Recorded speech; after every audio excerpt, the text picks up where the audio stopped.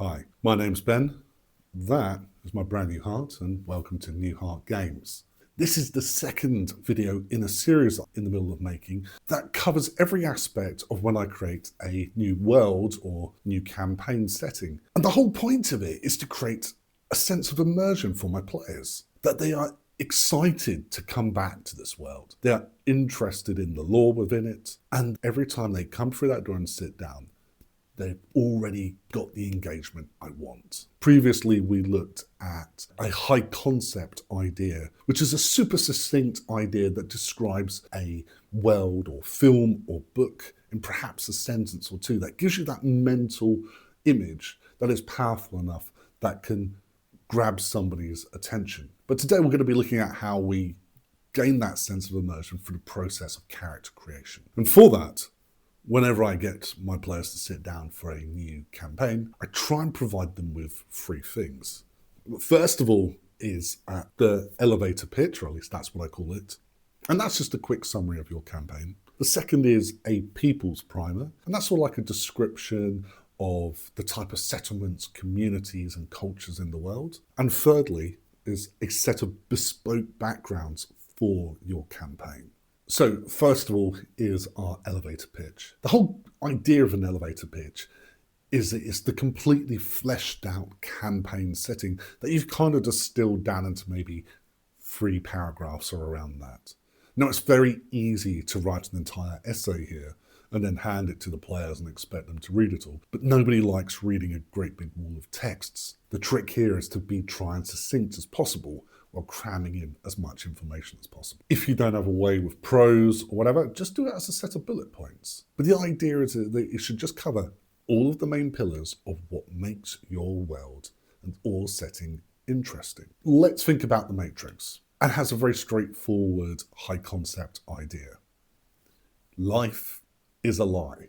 We're living in a simulation where our bodies are actually batteries for AI civilization. Outside, in the real world, basically sucks. And we can ultimately get a choice whether we live in blissful ignorance or we escape that. But here's the Matrix as an elevator pitch, and it goes as such.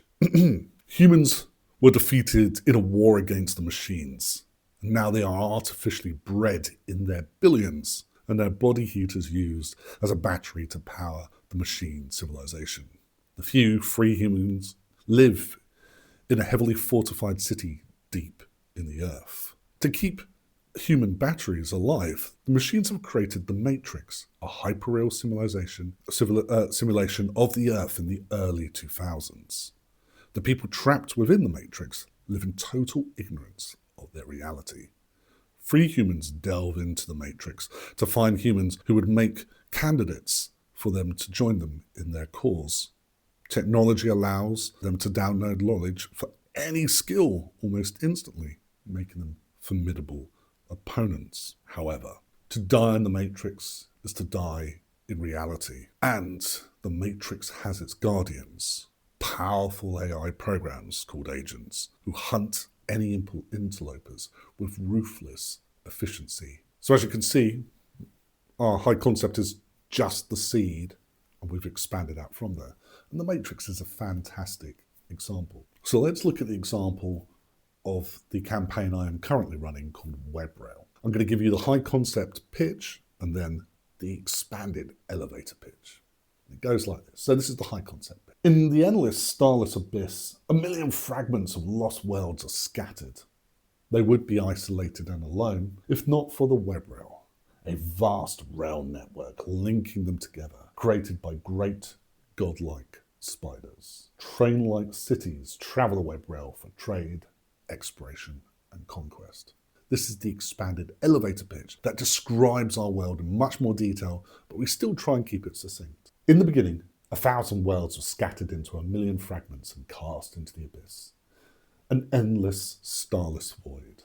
At first, people were isolated on their fragments, and many without resources warred or perished from famine. Eventually, the spiders appeared, giant, inscrutable beings that spun their webs to unite the fragments together in a single network. In time, The enterprising peoples of the fragments created trains, vast moving cities that moved from fragment to fragment, engaging in commerce and diplomacy. The web rail was born. However, the abyss began to change. Demonic forces manifested across the web rail and waged a war of extinction against all living beings. It was only put to a stop when the spiders spun their great threads and descended into the darkness of the abyss from which they never returned. Countless centuries later, the web rail is rebuilding. An ancient train still run across its network, but the spiders are long gone.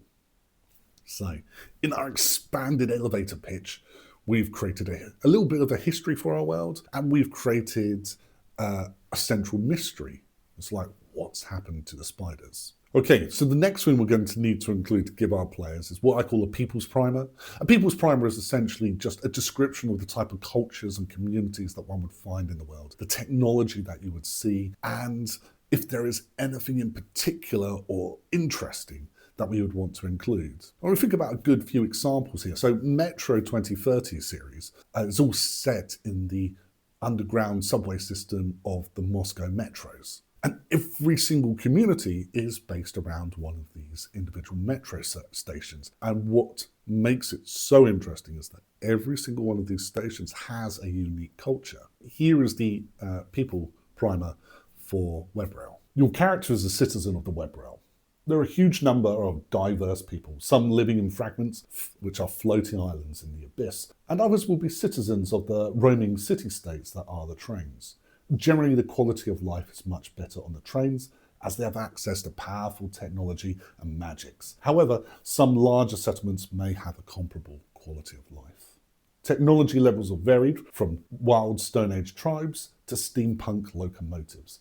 However, due to the catastrophic nature of the demonic inundation, much knowledge is simply lost, and in many cases technology is maintained, but the theoretical understanding of it is lost for the ages. We've got a whole variety of backgrounds we could have. It's a bit of a sandbox setting, but we've got this little 40k sort of feel of like, we've got this great technology, but much of it is lost or poorly understood. Finally, we're going to look at our bespoke backgrounds. And it's the bespoke backgrounds which really gives the immersion and gets the buy-in from the players. Each bespoke background is designed to make the player reflect upon the game world and think about their character just that little bit more deeply. Now, every bespoke background literally is just a profession, or it's going to have a list of equipment they're going to start off with. And usually I try and give them something cool to make them feel unique and special. And finally, and I think this is the secret ingredient, we ask them a question about their background.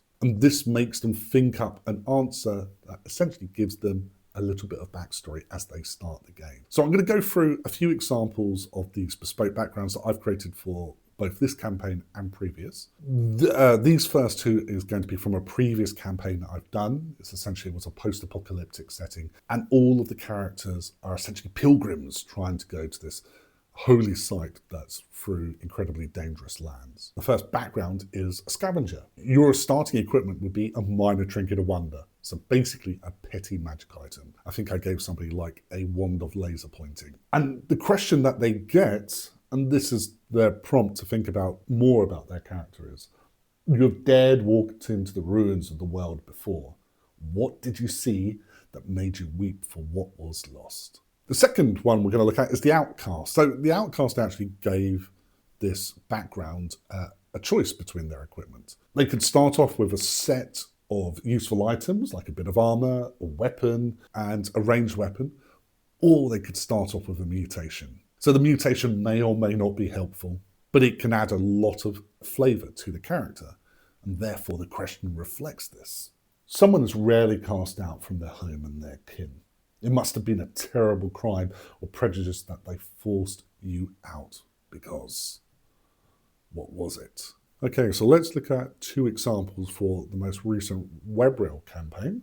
In the WebRail campaign, we can make people distinct as if they were born on a train or on a fragment, and those are the sort of societies that we use. The first background is a conductor, literally a train conductor, which would have much more impact in this world because you're essentially like border control. You start off with a brass whistle and a pocket watch.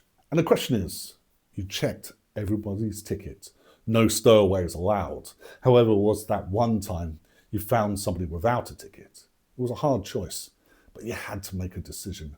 What did you do and why? So essentially, if you kick somebody off the train, that's exile, or dooming somebody to a horrible fate, potentially. And the second one is a linguist. If you think about it, the web rail setting is very diverse, so having a linguist would be really useful. And I gave this person a particularly useful starting 3 additional languages, but I'd let the characters choose them at the point that they meet and they decide to have those languages. And here's the question. The web rail is a diverse place, and linguists are in high demand. When did you prove your worth? Did you placate a fool or a threat? Did you enable a great peace or trade? Or did you intimidate a foe into capitulation? So there you go. The linguist, very useful, essentially hinting at that character could be more than just somebody who speaks a bunch of languages, but maybe a diplomat or more. That's what I recommend for the process of character creation. So an elevator pitch that describes your setting in more detail, but you're still keeping it fairly succinct. A people's primer that just describes the communities and cultures in your world. And finally, a set of bespoke backgrounds. When your players get involved in that, they're going to find themselves immediately thinking more about the world and getting engaged with it. So, next video, shopping.